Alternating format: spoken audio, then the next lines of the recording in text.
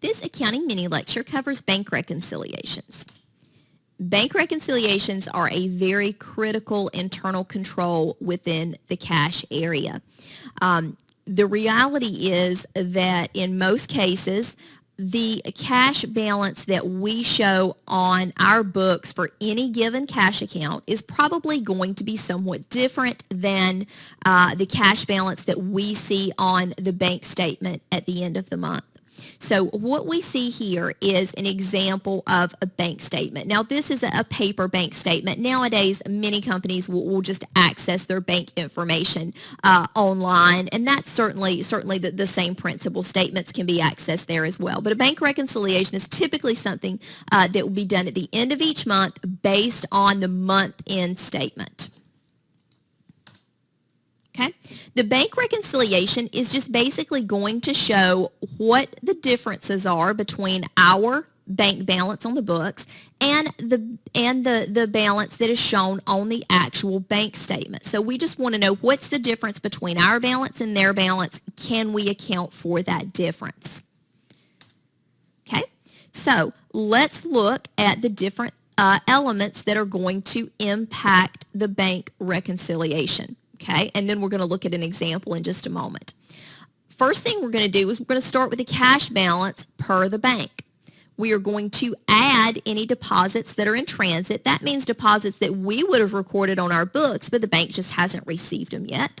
We're going to subtract any outstanding checks. Those are simply checks that haven't yet cleared the bank. And then we're also going to adjust for any errors that might have been made.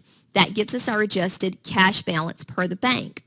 On the book side, we are going to add any unrecorded collections and interest. We're also going to subtract any uncollectible items, and we are going to adjust for errors if necessary. That will give us the adjusted cash balance on the book side. Okay? Now, let's look at how this will actually play out in an example. Okay? So here we see bank reconciliation that we're going to do for this particular company. We have a bank statement balance of $2,050, okay? We're then going to add deposits in transit, which in this case is $145. Again, these are deposits that we've recorded on the books, but it just hasn't reached the bank yet, so they haven't recorded it yet. We're then going to deduct outstanding checks. Again, these would be checks that we've recorded on the book side, but it hasn't cleared the bank yet, so they don't know about it.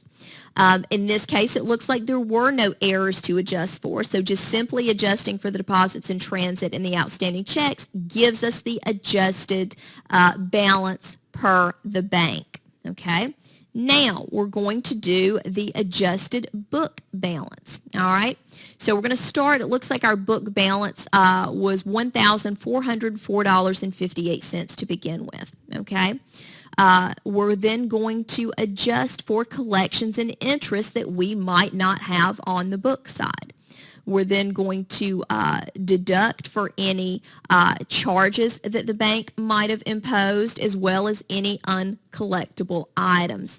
In this case, it looks like we just have a couple of charges to adjust for, and that gives us our adjusted book balance, okay?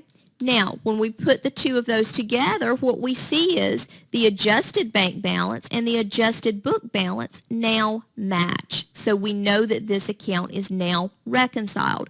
We have accounted for the differences, and as these items clear the bank and as we make the adjustments on our end, our balance should be in balance moving forward. Here we see an example of the adjustments that we would need to make based on the items that we just identified on the bank reconciliation.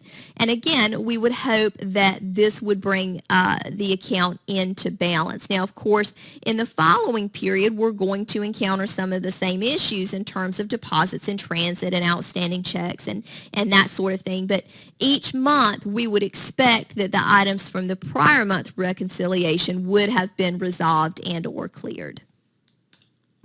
Thank you for watching this video on bank reconciliations.